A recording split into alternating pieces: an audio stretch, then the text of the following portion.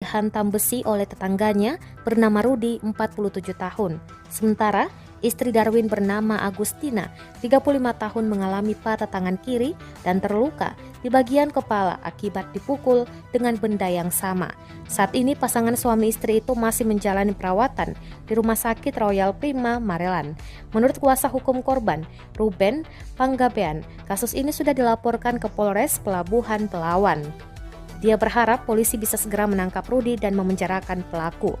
Dia mengatakan akibat kejadian ini, anak korban yang masih di bawah umur mengalami trauma, sebab aksi penganiayaan tersebut dilakukan pelaku di hadapan anak korban. Kasat Reskrim Polres Pelabuhan Belawan, AKP Rudi Saputra, ketika dikonfirmasi mengatakan bahwa pihaknya sudah menerima